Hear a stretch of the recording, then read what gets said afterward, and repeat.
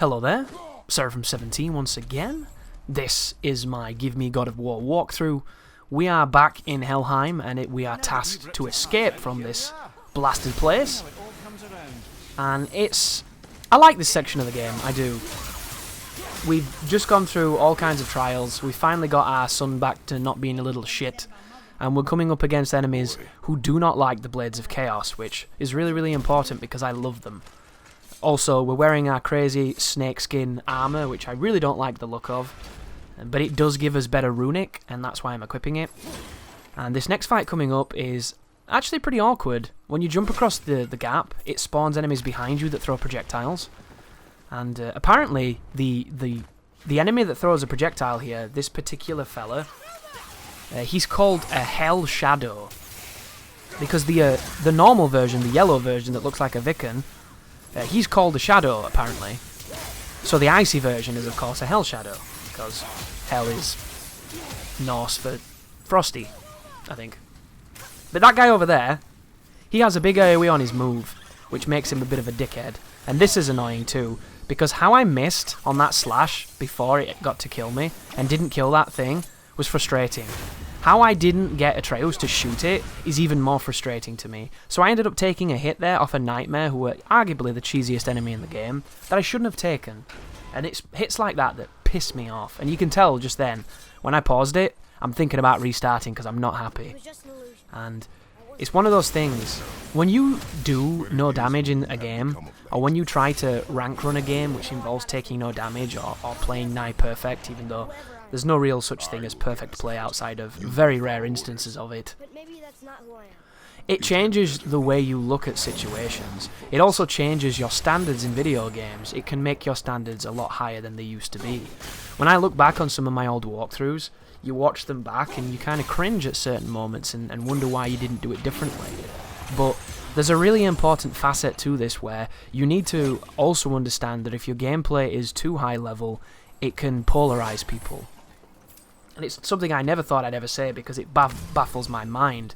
But there is a large community of people who do not like to see somebody better than them, and do not like to see things that they can't do themselves. And that might boggle your mind and confuse you and be the opposite of how you function because you're a rounded individual who will grow as a character and not be some kind of egomaniac who turns into a serial killer and ends up eating his own family or something. But fundamentally, this market exists, and I know from the time I've spent on YouTube and the comments that I've received, it's crazy. But you also have the reverse of this as well, the people who like to kind of adore people, which I always find quite interesting. Just go to RaiderMeTweet's comment section and you'll be as boggled in the mind as I am. As people say that they love him and he's a god and he's too good and all these other things, it's just like, interesting. Because I find it difficult to compliment things, me, because I'm very rarely impressed. I'm such a cynical bastard that to impress me you have to literally have Jesus on the cross while waving him like a nightstick. Like, you have to do some pretty impressive shit. And when you do, I'll suck your dick. But up until that point, you've got to earn that blowjob. But we just got another upgrade for the blades, which I find a massive cock tease because I don't think there's any way to claim it at this moment, and it would have really come in handy for this sequence. Because the blades get quite strong when you power them up, obviously, that's kind of the point, right? And any extra damage really helps. But keep on moving, he's going to stand up, watch this. Oh yeah! That's sneaky. I wonder if they did that delay there to try and catch people out who were rushing through the section, so that you'd carry on and not realise, and then when you drop down here he'd be behind you throwing projectiles, because I kind of get the idea that that's what that was. And you haven't really seen any instances of that, which I think is a missed opportunity.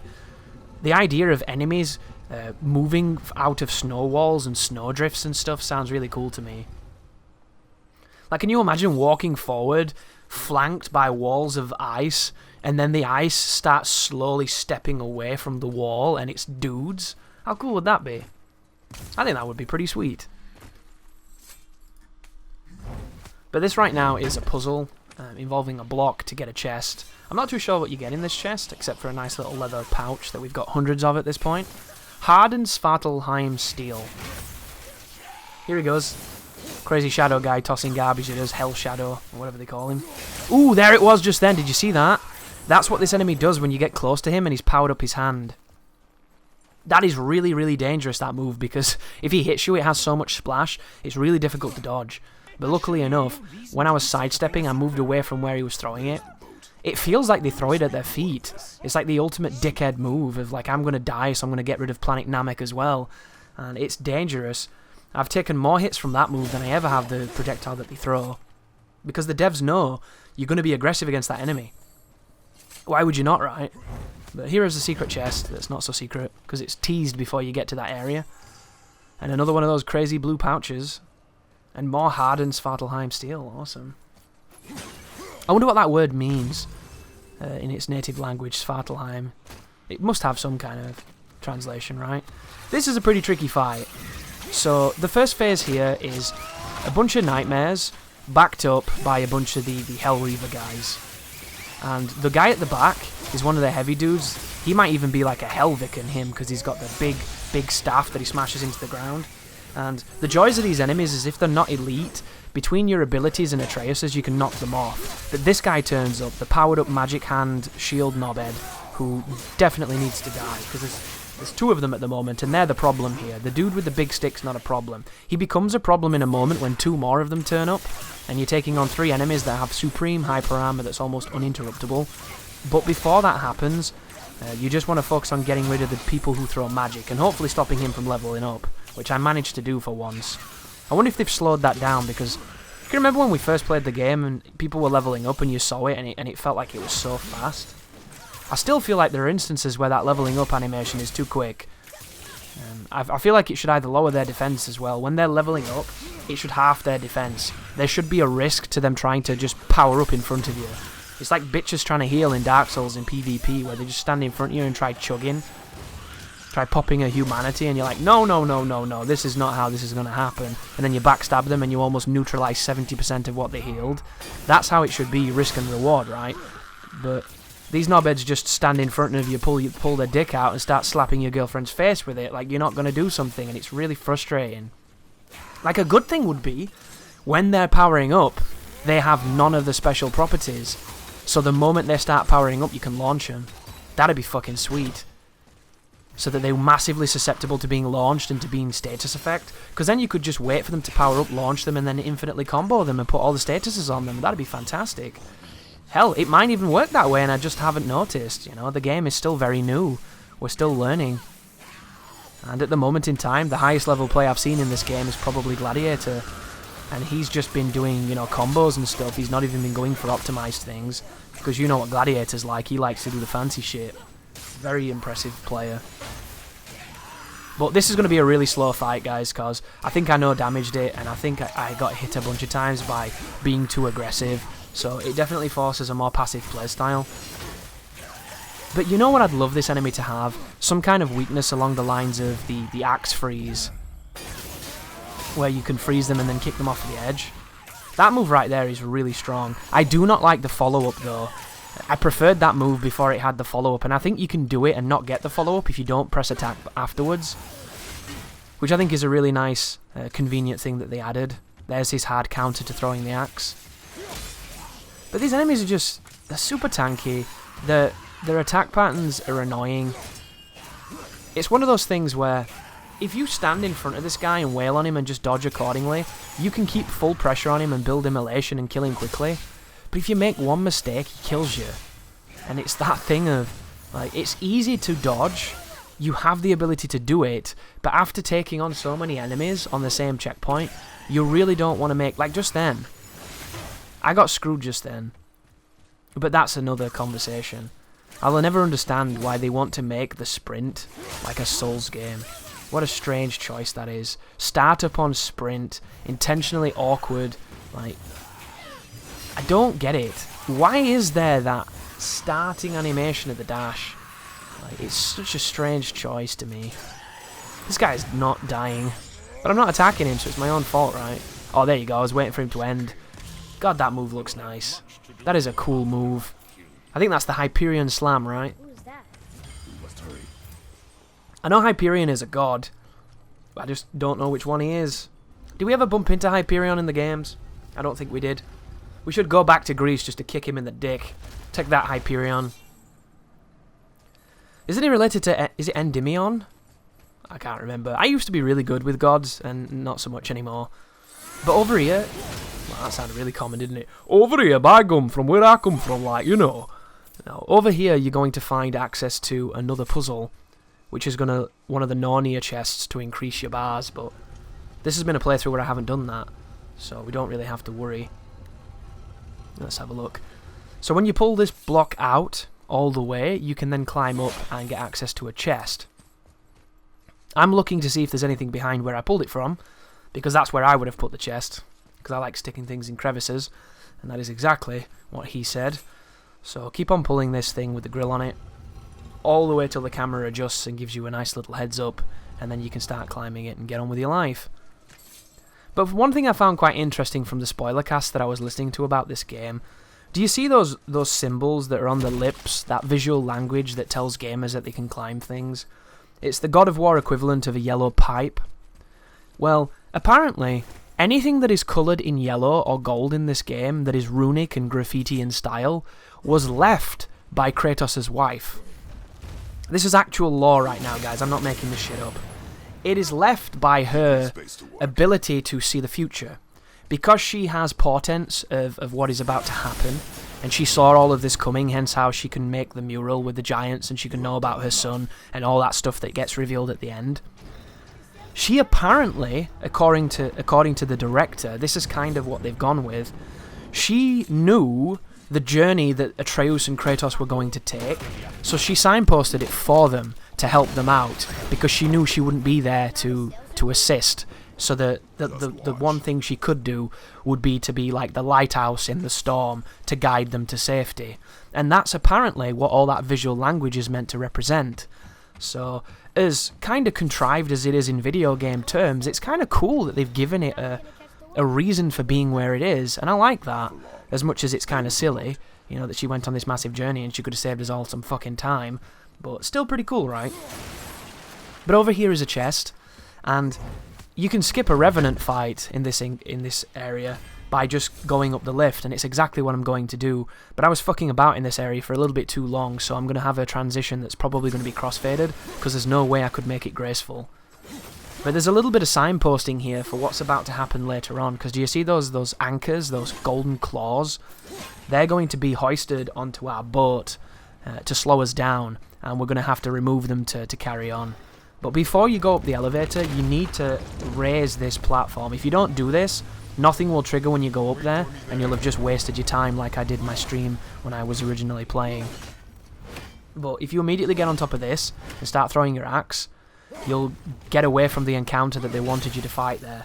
And I don't know what the encounter is, I just believe it's a revenant, because I think I heard one. But jump across here. The cutscene will land you on the boat, and then we'll transition into the protecting the flames. So, this is a really interesting section. Principally, it's simple. Use Kratos' Blades of Chaos to keep these flames ablaze. Enemies are going to spawn onto the ship and prioritize dousing the flames. The only enemies that can douse them are the guys who do the Hamlet skull, and then they do the ground shockwave. There's like 2 or 3 of them at a time, so you need to make sure that they stop. The best way to stop them is to hit them with anything that launches them. If you have a move that launches or you have an attack that launches, prioritize that. The Hyperion Slam is a really, really good one if you have good cooldown. The ability from the boy is really good at stunning people when you get overwhelmed. And then the running attack is good, but it doesn't knock down. But if you do an R2 after a running attack, you can lead into the combos that will knock down. And it's all about micromanaging the risks. It's so well checkpointed though, you don't have to do any long slogs of killing people. But word of warning here, guys, I shouldn't have used my ability with the boy so quickly. I should have saved it to when I was overwhelmed, and I didn't. I was thinking that there was more people here than there actually was, and these early spawns, if you're aggressive as they climb over the side of the boat, you can knock them back off and kill them before they do anything. But something I discovered, when you attack between waves, if you hit the bonfire, you can keep immolation, and you can build immolation up. So if you want to always have the status effect on your weapon doing more damage, in between waves, just combo the pyres, keep comboing them and just wait till the next enemies turn up, and you can carry your fully powered up blades into the next fight. And that's pretty much what we're going to be doing here against these Hell Revenants. and they are yellow and level 5, which means they will take a bit of a beating, but every time you see an anchor, it's a checkpoint. And when you restart the checkpoint, the enemies that were present when you were previously doing it are all gone. So you can actually exploit this section to have an easier time. The moment you see those cutscenes, if you restart checkpoint, you will despawn all the people and have a much easier spawn of enemies to fight. I didn't do that, but I did get hit. So there's a couple of restarts in this, which is why you'll notice that when we go back to certain areas, all the enemies that were congregating have kind of thinned out. And it's kind of weird. I don't know if I like it. I get it, and it's interesting, and it definitely helps people out who don't like, crazy amounts of numbers and always having to face insurmountable odds. But it makes it very difficult to feel like you've done something cleanly unless you do every single phase perfectly. And to do that, you have to save at the very beginning of the sequence and go through the whole section. And I wouldn't wish that on my worst enemy. Because that kind of run, that would actually be really hard. And I don't really like sections like this traditionally in games. Any section where you have to prioritize protecting something other than yourself is always needlessly stressful, I find. You might like them, which is awesome, I hope you do, because this is one of them and it's quite a long section. But once you've killed everybody, get your bearings and then go over there and push the anchor away. So the crossfade there denounces that the transition on this next section was nowhere near clean, and we'll see what happens next. So the first spawn now begins with a couple of the shadows, the hell shadows up on those pillars throwing projectiles, and then a couple of these standard hell reavers attacking the pyres. So I use my Hyperion Slam to get them bouncing, trying to finish them off on the ground. I need to get rid of these guys throwing the ice javelins because their aim's too good for me to keep them alive. But I'm not doing a very good job. And then immediately, we get a bunch of green lifers that will all bounce, and if you bounce them into light attacks, you can carry them off the edge with the knockback, which is really, really good. That guy has yellow life, so he's a problem. There is a pyre that's been put out, so we need to get back to the bonfire and light it. That right then was me trying to use the runic attack to light this fire, but he locked onto the enemy instead, which was quite interesting. This game does have a lock-on, if you're wondering. 100% ripped immediately from Souls, or Zelda, if you want to be a real connoisseur of the video games, with a Z targeting system, which I have no idea if there was something before Z targeting, but Z targeting was pretty fucking god tier, right, for the time. That's definitely paved the way for some pretty cool innovations. But I never use it because I don't like it. It's one of those strange things. I turned it off immediately because, to me, God of War doesn't have lock-on. It's not about locking on. It's very strange, but it probably has utility. There's probably aspects of it that's really good. Like right now would be a great opportunity to have that ability with the kid, because there's a lot of people and they've just put out one of the flames. Luckily, it was only one fella, and he's now attacking me, but I think the anchor's going to get thrown here. That's why we're having problems with our footing. So you don't have to worry too much, but make sure you have one fire lit, because if they both go out, it's a fail state. But we've definitely got that one lit. There's a couple of guys over here powering up. There's the guy who's trying to put out the flames. He needs to hit it again to do it, though. And it is pretty balanced with how long it takes them. I like that. Oh, wow, that was cool. I hit that guy so far. That dude was climbing over and got knocked back off the boat, pirate style. Love it. There's another one of the pyres lit. There's another one of the pyres being extinguished. It is pretty hectic. This is the kind of moment that would be super fun in co-op.